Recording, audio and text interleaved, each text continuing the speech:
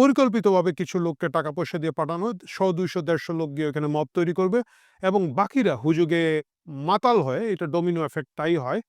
কিছু লোক করলে বাকিরা মনে করে এটা করাই যেতে পারে।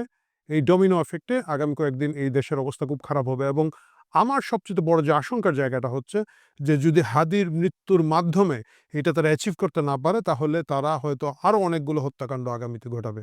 যারা জুলাই আগস্টের সাথে জড়িত ছিলেন এবং ছিলেন না, যারা বিভিন্ন সুশীল সমাজের লোকজন যাদের ভ্যালু আছে, যাদের মৃত্যু মানুষকে ভাবাবে, কাঁদাবে, রাস্তায় নামাবে, তাদের প্রত্যেকে সাবধান থাকুন, সতর্ক থাকুন। কারণ আমার আপনার প্রত্যেকের জীবনী ঝুঁকির মুখে। আমরা সকলেই বিপজ্জনক অবস্থায় আছি এবং আমাদেরকে হত্যার মাধ্যমে, কারো না কারো হত্যার মাধ্যমে বা বড় কোনো অঘটন ঘটানোর মাধ্যমে এই দেশকে আরো বেশি অশান্ত করার জন্য আন্তর্জাতিক প্লেয়াররা এই মুহূর্তে মাঠে আছে। এটা আমাদেরকে মানতে হবে এবং আপনারা আসলে যতই ডক্টর ইউনূসকে গালি দেন, এটা দেন, ওইটা দেন, they are part of this game. Osman হাদির মৃত্যুর অফিসিয়াল ঘোষণার পরে সারা বাংলাদেশে একটা তাণ্ডব করা হবে এবং বিভিন্ন জায়গায় একেবারে টার্গেটেড আক্রমণ করা হবে। এই খবরটা কিন্তু গত কয়েকদিন ধরে বেশ চাউর। আপনাদের যারা আমার মতো বা অনেকেরই অনেকগুলো হোয়াটসঅ্যাপ গ্রুপ থাকে, আপনারা জানেন যে হোয়াটসঅ্যাপ গ্রুপগুলোতে এই মেসেজগুলো চালাচালি হচ্ছে এবং সকলেই জানে যে এক ধরনের প্রস্তুতি নেওয়া হচ্ছে, একটা মব শোডাউন দেওয়া হবে সারা বাংলাদেশ জুড়ে এবং কিছু স্পেসিফিক জায়গায় ভাঙচুর করাই হবে। মানে জাস্ট মূর্খরা চলে যাবে ৩২ নম্বর ওই ভাঙ্গাটা ভাঙতে, কিন্তু বাকিদেরকে খুব প্ল্যান অনুযায়ী বিভিন্ন জায়গায় সেট করা হচ্ছে। এই খবর আমরা সকলেই জানি এবং যদি আমরা সকলেই জানি, অবশ্যই বাংলাদেশ সরকারের সকল গোয়েন্দা সংস্থা এই জিনিসগুলো জানে। সেনাবাহিনীর গোয়েন্দা সংস্থা জানে, পুলিশের গোয়েন্দা সংস্থা জানে, সকলেই জানে এবং ওসমান হাদির মৃত্যু খুব আকস্মিক ঘটনা না। তিনি যেদিন আহত হয়েছেন সেদিন থেকে আমরা সকলেই প্রার্থনা করছিলাম, দোয়া করছিলাম যাতে আল্লাহ তাকে সুস্থ করে আবার আমাদের মাঝে ফিরিয়ে দেন। কিন্তু আমরা সকলেই জানি যে তিনি খুবই একটা স্ট্রাগল করছেন এবং তার পরিস্থিতি থেকে বেঁচে আসার সম্ভাবনা খুবই কম। যদি আল্লাহ দয়া না করেন তাহলে, বিশেষভাবে যদি আল্লাহ তাকে মাফ না করে থাকেন, তাহলে ওই অবস্থা থেকে তিনি ফিরে আসতে পারবেন না। এবং তার পরবর্তীতে যে এই তাণ্ডবটা করা হবে, যেটা গত রাতে থেকে সারা বাংলাদেশে চলছে এবং ঢাকা শহরে চলছে, এটা আমরা সকলেই জানতাম। জানার পরেও সরকার এই কোনো ধরনের ব্যবস্থা নেয় নাই। আ কারণটা কি? কারণটা হচ্ছে একটা বড় ষড়যন্ত্রের ভিতর দিয়ে আমরা এই দেশটা যাচ্ছি এবং এই ষড়যন্ত্রের ২য় পার্টে ওসমান হাদিকে কেন্দ্র করে, ওসমান হাদির লাশকে কেন্দ্র করে এই গোটা তাণ্ডবটা রটানো হচ্ছে। আপনারা দেখবেন যে একেবারে শুরুতেই 'প্রথম আলো' এবং 'ডেইলি স্টার' পুড়িয়ে দেওয়া হলো। আমি জানি অনেকেই খুব খুশি হয়েছেন। মানে 'প্রথম আলো' এমন একটা উদ্ভট জায়গার মধ্যে দাঁড়িয়ে আছে যে ওকে পুড়ালে শেখ হাসিনা বিরোধী যারা আছে তারা তো পুড়িয়েছেই এবং যারা শেখ হাসিনা পন্থী তারাও খুব খুশি হয়েছে যে, "যা শালা লাল বদর, এখন তুই বুঝগা।" কিন্তু বাস্তবতা হচ্ছে এই খুশি হওয়া আমাদের উচিত না। যে খুশিটা এর আগে, গত বছর ২৪ ৫ই আগস্টের আগে এবং পরে অনেকেই হচ্ছিলেন এবং যাদেরকে আমরা বারবার বলছিলাম যে এইটা একটা বৃহত্তর ষড়যন্ত্রের অংশ হিসেবে উগ্র ডানপন্থীদের হাতে এই দেশটা আপনারা তুলে দিচ্ছেন। সেই আমাদের বন্ধু-বান্ধব লাল বদররা অনেকেই তখন এই জিনিসটাকে কলার ঝাড়া দিয়ে দিয়েছেন এবং তারা সকলেই বলেছেন, বিকল্পকে আমি আপনি সকলেই বিকল্প। এই বিকল্পরা এখন দৌড়ের উপরে আছেন। এই বিকল্পদের মধ্যে যারা কালচারাল লোকজন যারা ছিলেন এই আন্দোলনের মধ্যে, এদের অধিকাংশই দেখবেন আপনি আমেরিকা চলে গেছে, ফ্রান্সে চলে গেছে, কানাডায় আছে কয়েকজন। ওইখানের মধ্যে তারা সুখে শান্তিতে বাস করছে। এই দেশ নিয়ে আর তাদের কোনো ধরনের মাথা ব্যথা নাই। একেবারে বড় অনলাইন ইনফ্লুয়েন্সার থেকে শুরু করে বড় অনেক শিল্পী, সাহিত্যিক, নির্মাতারা এইভাবে চলে গিয়েছেন। কারণ ইট ওয়াজ এ টোটাল প্যাকেজ। তখন আপনারা যারা আমাদের কথাগুলো শোনেন নাই, এখন দয়া করে আবার শুনুন। গরিবের কথা বাঁশি হলে ফলবে। এই মুহূর্তে দেশে যে অবস্থাটা চলছে এটা হচ্ছে সেকেন্ড ফেজ। এটা হচ্ছে একটা ২য় পর্যায়। এটা করাই হয়েছে যাতে বর্তমানের যে ইন্টারিম সরকার আছে তাকে আমরা যতই গালি দেই, একটা ইন্টারিম সরকার আছে তাকে ফেলে দিতে হবে এবং এই ফেলে দিয়ে আর্মি ব্যাকড একটা নতুন কাহিনী তৈরি করার জন্য এইখানের মধ্যে বিদেশি ষড়যন্ত্র চলছে এবং বিদেশি ষড়যন্ত্র অবভিয়াসলি এটার সাথে বাংলাদেশ সেনাবাহিনী জড়িত। এই বিষয়ে এখন লুকাছাপা করার কিছু নাই। আপনারা যতবারই দেখবেন এই দেশের মধ্যে বড় দুর্যোগ এসেছে, ক্ষমতা সেনাবাহিনী দখল করার আগে এই ধরনের অস্থিরতা তৈরি হয়েছে।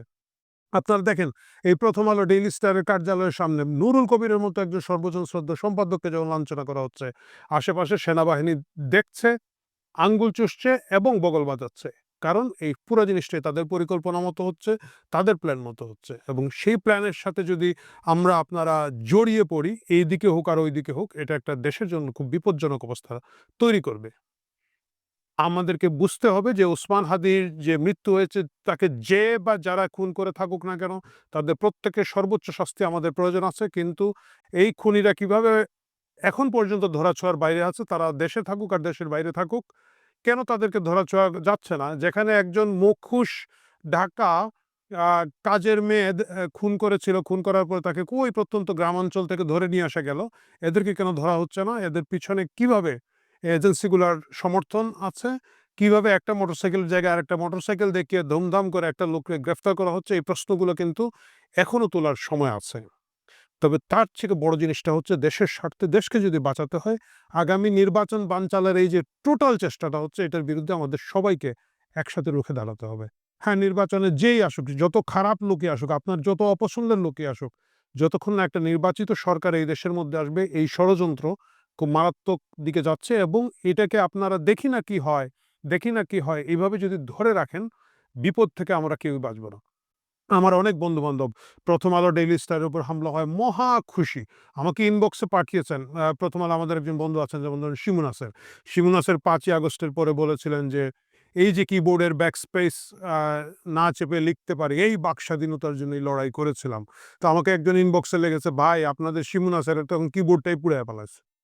যে এটা আপনাদের কাছেও তো অনেক ধরনের তৃপ্তি বা মজার জায়গাটা লাগছে। আমাকে একজন পাঠিয়েছেন যে জাইমা রহমান, আপনারা জানেন যে ডেইলি স্টারের সাংবাদিক, যিনি এই জুলাই আগস্টের বিপ্লবে ২৪ সালে একটা বিশাল ভূমিকা রেখেছেন। একদম যাকে আমরা বলি জাদ্রেল ভূমিকা রেখেছেন, এবং পরবর্তীতে এই যে জুলাই চেতনা, আগস্টের চেতনা বিক্রি বাট্টা করে যারা পরবর্তী ১ বছর খাচ্ছেন ভাঙ্গায়, উনি বিভিন্ন সেমিনারে সমাবেশে গিয়ে ওইটা ভাঙ্গায়, ভাঙ্গায় খান। সেটা তার ব্যাপার। কিন্তু উনি যখন শ্বাস নিতে পারছেন না, ফেসবুকে লিখেছেন যে শ্বাস বন্ধ হয়ে যাচ্ছে। মহা খুশি হয়ে লোকজন আমাকে ইনবক্সে স্ক্রিন দিচ্ছে। ভাই এই যে আপনাদের জায়মা রহমান সাংবাদিক ধরা গাইছে। এখন কেমন লাগে তার জুলাই বিপ্লব কেমন লাগে এইটা। এই জিনিসগুলো নিয়ে আমরা অনেক হাসি ঠাট্টা করতে পারবো। আপনি পারবেন, আমি পারবো, আরো অনেকেই হয়তো করতে পারবেন। কিন্তু বাস্তবতা হচ্ছে আ একই জিনিসের পুনরাবৃত্তিটা ঘটছে। ঠিক যেভাবে জুলাই আগস্টের ঘটনার সময় উগ্র ডানপন্থীদের উত্থানের বিষয়ে আমরা যখন সতর্ক করেছি, তখন আমাদের এইসব বন্ধু-বান্ধব যারা আজকে ভুক্তভোগী, তারা সকলে যেভাবে হেসেছেন, এখন তাদের বিপর্যয়ে আপনারা যারা হাসছেন, আমি আপনাদেরকে সতর্ক করে দিতে চাই, পরবর্তী হামলাটা আপনাদেরই উপরে হবে। আপনাদের মনে আছে আমাদের প্রিয় সম্পাদক মতি ভাই কি খুশি হয়ে হাততালি দিয়ে, দিয়ে নাহিদের সাথে হ্যান্ডশেক করছেন এবং আনন্দ করছেন যে, "দেখ অবশেষে আমরা কি করেছি।" এবং তখনই উনারা জানতেন না, তারা বুঝেন নাই যে পরবর্তী হামলার শিকার তারা হবেন। আজকে আপনারা যারা হাসছেন, আজকে আপনারা যারা নিশ্চুপ আছেন, আজকে আপনারা যারা ভাবছেন যে ঠিক আছে লালবদরে, লালবদরে মারামারি হচ্ছে, পরবর্তী বিপদটা আসলে আপনাদের উপরে আসবে। দেশ এখন বিপন্ন এবং আমরা সকলেই বিপন্ন। এবং কিছু উগ্র লোকজন বিভিন্ন দল, মত, গোষ্ঠীর একসাথে হয়ে যে কাজগুলো করছে, এটা আসলে একেবারে বিদেশি সংস্থাগুলোর পরিকল্পনা মতো হচ্ছে। বিদেশি সংস্থাগুলোর মানচিত্র এঁকে দেওয়া পথ, সেই পথের মধ্যে হচ্ছে, একইভাবে হচ্ছে। আপনারা দেখবেন, আমি দেখলাম যে এনসিপির এক নেত্রী যেমন উদীচীকে টার্গেট করে ৩ দিন ধরে স্মির ক্যাম্পেইন করছেন, এবং তখনই আমি বুঝেছি যে উদীচী এবং ছায়ানট দুটোর নাম যখন উনি বলেছেন যে এই দুটোর উপরে হামলা করবে, মানে তখন পর্যন্ত তো সকলেই মোটামুটি যারা একটু সচেতন ঢাকায় তারা জানতেন যে একটা হামলার প্রস্তুতি হচ্ছে বিভিন্ন জায়গায়, এবং এই প্রস্তুতির মধ্যে তখন ছায়ানট ঢুকে যাবে এবং উদীচী ঢুকে যাবে। এনসিপির ওই নেত্রীর বক্তৃতা, মানে উনি যখন এটা ক্যাম্পেইন শুরু করেছেন তখন কিন্তু ইনবক্সে চালাচালি হয়েছে, এবং আমাদের যারা আ সাংস্কৃতিক মনা বন্ধু-বান্ধব আছেন যোগসূত্রে, তারা প্রত্যেকে সতর্ক করেছেন যে হ্যাঁ, এটা হবে এবং এটার পিছনে হয়তো উদীচীর আর্টিস্টরা এবং ছায়ানট এই প্রতিষ্ঠানগুলোর উপরে হামলা হতে পারে। তাহলে দেখা যাচ্ছে এই পুরা পরিকল্পনাটা এমনভাবে করা হচ্ছে যে দেশটা যাতে খুব বেশি অশান্ত হয়ে পড়ে, অস্থির হয়ে যায়, এবং এমন একটা পর্যায় তৈরি হয় যখন এই সরকারকে সকলে মিলে আমরা টেনে হিঁচড়ে নামাতে বাধ্য হব, এবং তখন গিয়ে ওই আগের মতো ওয়াকার আরেকটা ব্লাফ মারবে। আগেরবার মেরেছিল যে দেশের সকল নিরাপত্তার দায়িত্ব আমার, আপনারা টেনশন ফ্রি থাকেন। একই কথা বলে আরেকটা নতুন সরকার এখানের মধ্যে দিবে, এবং ওই সরকার এই সরকারের চেয়ে খারাপ হবে। যায় দিন ভালো আসে দিন খারাপের মতো, যেরকম আগের সরকারের তুলনায় এখনকার সরকারের পরে লোকজন বলছে যে আগেই ভালো ছিলাম। বিশ্বাস করেন এই অথর্ব, অযোগ্য, অদক্ষ, শট ডক্টর ইউনূস এবং তার লোকজনের যে সরকার আছে, পরবর্তীতে যে সরকারটা আনার এখন চেষ্টার জন্য এই দেশটার মধ্যে অশান্তি তৈরি করা হচ্ছে, তারা এর চেয়ে খারাপ হবে, এর চেয়ে নির্মম হবে, এর চেয়ে বেশি পিশাচ হবে। সুতরাং আমি সকল পক্ষকে অনুরোধ করব, একটু ঠান্ডা মাথায় ভাবুন, ধৈর্য ধরে ভাবুন। কিছু লোক উস্কানি দিচ্ছে, পরিকল্পিতভাবে কিছু লোককে টাকা পয়সা দিয়ে পাঠানো, 100, 200, 150 লোক গিয়ে ওখানে মব তৈরি করবে এবং বাকিরা হুজুগে মাতাল হয়ে, এটা ডমিনো এফেক্ট তাই হয়।